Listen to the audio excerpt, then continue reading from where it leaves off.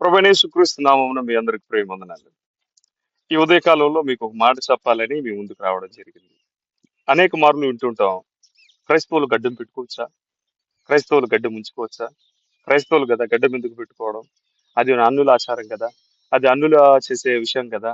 అది సాతాను క్రియలు కదా! అది మనం చేయవచ్చా? అనే ఒక విషయాన్ని మనం వింటూ ఉంటాం. అయితే పరిశుద్ధ గ్రంథంలో ఏముంటుంది? దేవుని బైబిల్‌లో ఏముంటుందంటే, గడ్డం అన్నది దేవునికి అడ్డం కాదు. ఏంటి? గడ్డం అన్నది దేవునికి అడ్డం కాదు.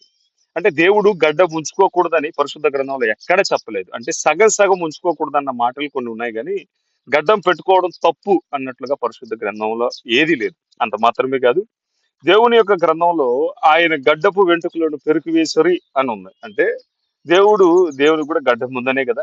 మరి ఇంకొక మాట మనం చెప్పాలంటే, దేవునికి గడ్డం అడ్డమా? మరి ఏమి అడ్డం అంటే, దేవునికి గడ్డాలు అడ్డాలు కాదు కానీ, దేవునికి నీ మనస్సులో ఉన్న పాపం అడ్డం.